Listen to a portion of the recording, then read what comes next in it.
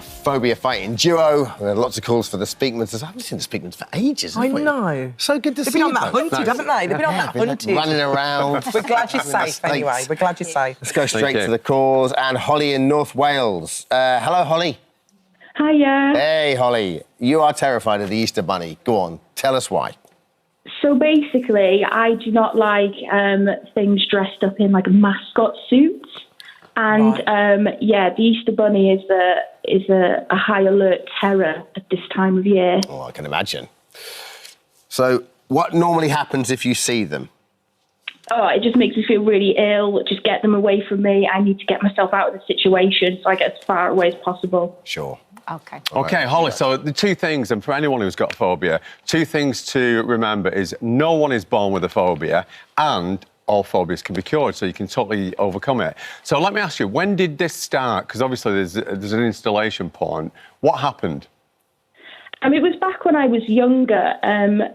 We went to like a soft play area, and basically like somebody dressed up in like one of these mascot suits like came from nowhere, and I'm pretty sure that's where the phobia first started, and it just surprised me a little bit. OK, you see, when you're 4 years of age, and obviously you don't have, your brain's obviously just starting to develop, if someone came from nowhere and frightened you, then in that moment, then your brain will go, right, I don't like this, I don't want to be in this situation, and it will then protect you from that thing that you blame in the future. So in that moment of you being frightened, you blame this person in a costume, basically, and it spread from there. So looking at it logically now as an adult, what actually caused that? You know, was it a costume? Do you know what? It was probably a mixture of the two. It was probably a mixture of the costume, because if I can't see the person and I know there's a person inside a costume, that kind of frightened me a little bit. And plus, obviously, being scared was the other 50% of the reason. But what I want you to consider as an adult, you know, that's not going to happen. Someone's not going to jump out and frighten you in a costume. And what you're doing is blaming the costume. But actually, it was the person inside at that time when you were 4 years of age that actually frightened you. And the chances of seeing that person again are what? Not very high. Right. Yeah. Also, that person would probably be mortified to know that they... Absolutely, yeah. But also, I suppose the other thing to consider is that if that person, I'd like you just to consider this, Holly, because when we have a phobia, we kind of get trapped in that moment of when we had that fear. And in essence, you're kind of using the same reference as when you were 4. But what I'd like you to consider, and do bear in mind, you've had this a very long time. And a phobia is kind of like a muscle. The more times you exercise it, the longer you've had it, the bigger it becomes and the quicker you can access it. So you will have to consider the things that we're saying to you, which is imagine that if that person had been in front of you and said, I'm going to put this bunny costume on, would you have had the same reaction? And if not, why not? And that's the kind of process that you need to go down. Does that make sense? Yeah, yeah. And also, Holly, just consider that person in the character costume wasn't in the play place to frighten children. They were there to enhance the experience. And it's just that you weren't expecting to see them, and it was just that shock that has caused this. Yeah. So what you actually have a fear of is being surprised and not the costume. OK, that makes sense. Because that's what it was. And when... literally, the transfer is you get trapped in that moment, but when you can see it for what it actually was and not how it felt to the 4-year-old, then you can let it go. And that's now what I really want you to think about, because we now have to exercise a new muscle. Actually, it wasn't the costume. It was actually the way that it was presented to me. Yeah. How does that sound, Holly? It sounds good, thank you, Alison. I'll definitely be taking that into consideration. Yeah, definitely. Tony, we could talk to you for another half an hour with the guys, but we've just got so many calls to get through. But thank you so much. Thank you. Good luck, darling. Just a wider point before we go to Kathy. It amazes me how these moments happen to everyone, right? I remember when I was 5 years old, I was in Wexford, back in Ireland, and like a little fishing boat came in, they had crabs, and I was scared of the crabs, and I ran away from the crabs and ran into a VW Beetle. And for about 10 years, I didn't want to go into Beetle, terrified of crabs. And they just sort of, over a period of time, it just sort of dissipated. And so why is it some people just hold on to those, and some people it just naturally goes? I think what we've got to consider, Dermot, is that our brain, the main main thing is survival. And if there's anything that we determine throughout our life is a threat, then it will, from that moment that it's installed, it will then continue to protect us for the rest of our lives. And it's only if you get some overwhelming evidence to the contrary and you realise that it was something in the past that you can let it go. Because most phobias are created between the ages of 3 and 15. And we've got to remember with Holly, that was an unfamiliar figure to her as well. So she knows what a human being looks like, but not a character costume. And that also confused her. Brilliant. OK, let's go to Devon now. Kathy's on the line. Morning, Kathy. Morning. Now, you've got a phobia of flying, is that right? And that's stopping you, obviously, from going on holiday. Yes. OK, tell us a little bit about it. I hate the thought of flying scares me really bad. Okay. And I've noticed that you actually you've got a holiday booked and now you're having second thoughts and don't want to go, is that right? Yeah. Oh. OK, yeah. So you have flown in your life? I have flown, yeah. I flew when my children were small and I have flown since, but the thought of getting on an airplane, when I'm on the airplane, I get panicked and you know, just wish I wasn't there, really. It's horrible. And can I ask, did your parents fly or were they frightened of flying at all? No, they flew. They've been to a few different places, so yeah, they did fly. So if you've never had a bad experience on an aircraft and your parents don't have a fear, then that would suggest that perhaps you have, and this could be what we call transference, perhaps you have something else such as claustrophobia. So how do you feel in enclosed spaces? Not brilliant. Right, there you go. Not really cool. Right, and that's probably, so that's the problem. It's the claustrophobia that's the problem, and you've just added aeroplanes onto that because obviously you feel that you can't get out of that situation. So let me ask you a question. Do you have any memory of where your claustrophobia started? Just think of any time where you may have felt trapped or in a small space or anything like that through your life. The thing that comes to mind now that you said it was when my boys were very small. We went to a theme park. Okay. And there was like a tunnel made of wood, square tunnel, that you had to climb through this tunnel to get to the end to go down like what they call the death slide, was a slide thing. And I was in there with them. But there were so many people crammed in this tunnel. We stopped in the middle and we couldn't get out. I couldn't go back. I couldn't go forward. And we were there for ages. And I remember that every time I go to a theme park. There you go. And that would do it. So that would sound like that is definitely. And have you thought about that before, or is this the first time? No, you just jogged my memory, and just that's the only thing I can think of in my life that I've ever been somewhere that I didn't want to be. Yeah, and that would make complete sense. And what that also tells me is that because you actually got in there in the first place, you didn't have claustrophobia before it.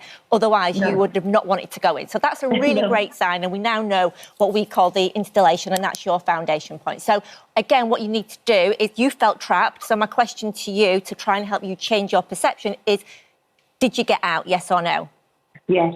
OK. Have you ever been trapped in your life, yes or no? Yes. When?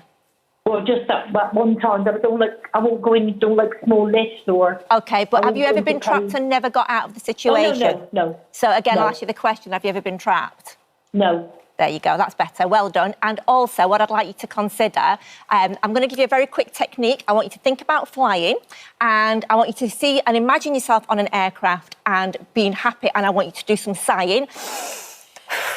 Like that, because what that does is that kind of tells our brain that something's over and it feels better, and we release alpha waves in our brain that make us feel calmer. But I'd also like you to consider the positives about enclosed spaces. That being that you've never been trapped, you've said that, and when you're in an aeroplane, why do you think it has to be enclosed? What does that enclosure do for us?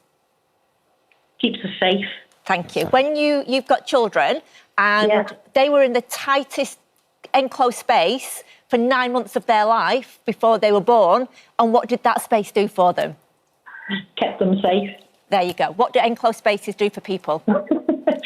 Keep me safe. Well done, and I'm glad you're laughing because that tells us you've had a shift. Well done. Do the sighing, consider what I've just said, and I think that you could just get on that aircraft next month and have a good time. Oh, I feel like I could have paid 500 quid for that for the last session. I mean, I was like... What a great session, Kathy. Oh, man. How are you feeling, darling? We've all learned a lot from this. Come on, shake it out, Kathy. Are you feeling good? Yes, thank you. Oh, me too. Kathy. Thank you for calling in. Thanks, Kathy. Thank you very much. Cheers. I heard someone say amazing. one to me once, was talking to someone with claustrophobia, so when you get on that plane, is it going to take you somewhere that you really want to go? And they went, yeah, well, Isn't that just make Yeah, that and then part when of it the comes journey? back, it's going to bring you back home where you want to be as well. And it's funny, it's because Safely, both ways, I hasten to add. And changing our terminology changes everything because she didn't get trapped; she got inconvenienced. Yeah. Let's do some more. Let's That's a do some more. masterclass, man. Melissa's on the line. Hi, Melissa. Hi, Alison. Oh, Dermot, hi, darling. Eva Hi, and Nick. How are you? Oh, it's good to see you. Well, we can't see you. It's good to hear you. Tell us about your phobia, darling. Tell us everything. Okay. Yeah. So I have a fear of fireworks and loud noises. Okay. Okay. Fireworks and loud noises, that's quite common. So, Melissa, have you any idea when that started? Because as I've already said, no one's born with a phobia. No one's born with phobia of loud noises. Do you know when it started? Yeah. So Nick, it started when I was 4 years old. Went on a family holiday with my parents and my brother, and we went to a pirate show. And there was cannons that were set off. And obviously the noise with the cannons created, obviously, my brother and I to start screaming and crying. Oh. Right, so right in that moment, if you're screaming and crying, then Yeah. you're giving a message to your brain that this is something I don't like. And when you do that, your brain's then going to go, OK, I will protect you from this in the future, Melissa. And what it blames is the loud noise and potentially maybe cannons as well. So what you've got to, and that then becomes the reference for your future behaviour. So to change that, we need some new evidence. And one thing that I want you to consider firstly is that if you, this is for anyone, if there's a startling loud noise, we will all jump. Right? Yeah. However, if we know that the noise is coming, that we're OK with it, if someone sets a firework off and they know there's expectation, then they know that's OK. And what we've got to do is take you from the point of being frightened of all noises to being OK when you know that something's going to happen. Does that make sense? Yeah, it does make sense. It's like fight or flight. That's Correct. right. Every time that happens. Absolutely. That's right. So what I want you to consider is, on that particular day when you were 4 years of age, was that cannon set off just to frighten you? No, it wasn't. OK, so you basically didn't know that was happening. You were frightened in that moment, and it was that cannon. So what you've gone on to do is blame fireworks. But why do people buy fireworks? What is the point of a firework? Why did people do that? They just like to have, just to see the bright lights in the sky and, in the dark and everything, and probably the loud bangs. And would it be fair to say that those loud bangs usually are associated with celebration? Yes. OK, and you went with your parents to this place. Did your parents want to keep you safe? They wanted to keep me safe. And would they have taken you there if there'd have been a risk? No, they wouldn't. And if we were out in public and we heard an unexpected loud noise, what might that do for us? It wouldn't do anything. And sorry, we're going to say something. Yeah, I was going to say, but actually it would do something, because if we hear a loud noise, it alerts us potentially to danger. So let's say you're walking across the road and you didn't look properly and someone sounded the car horn, then that could actually help save you. So what would save your life in that scenario if you were crossing the road, didn't see a car, somebody pressed the horn, what actually would save your life in that moment potentially? Yeah, obviously that noise, that alert, just like ambulances, fire engines. Exactly. So what loud noises do for us? Yeah, obviously what Nick was saying alerts us to potential danger. Absolutely. Yeah, absolutely right. So what obviously we want you to consider this now, and the fact that a loud noise can potentially save your life. And when you look at it from an adult's perspective, as opposed to using the reference that was created when you were 4 years of age, that should start to shift. And just like Holly, who we spoke to, you're not actually scared of fireworks. That's not what caused this fear. The thing that caused the fear was that it was unexpected. Wow. Okay. Melissa, we've got to go, but thank you. Thanks for calling in. I hope that's beneficial and helpful. Yes, Thank you, Melissa. Thank you, everyone. Thank you. Thanks for all our case Wow, studies tell you today. They were what great. a masterclass you two. Thank you, Eva. You two should be cops. Like, literally, you'd be like... Cops? Consider, like interrogating people. Imagine that. I'd be like this, I did the murder. You're right. I'm sorry. Rolling over car bonnets. Exactly. I love it. Thank you so much. Thank you. Pleasure, loved it. Brilliant.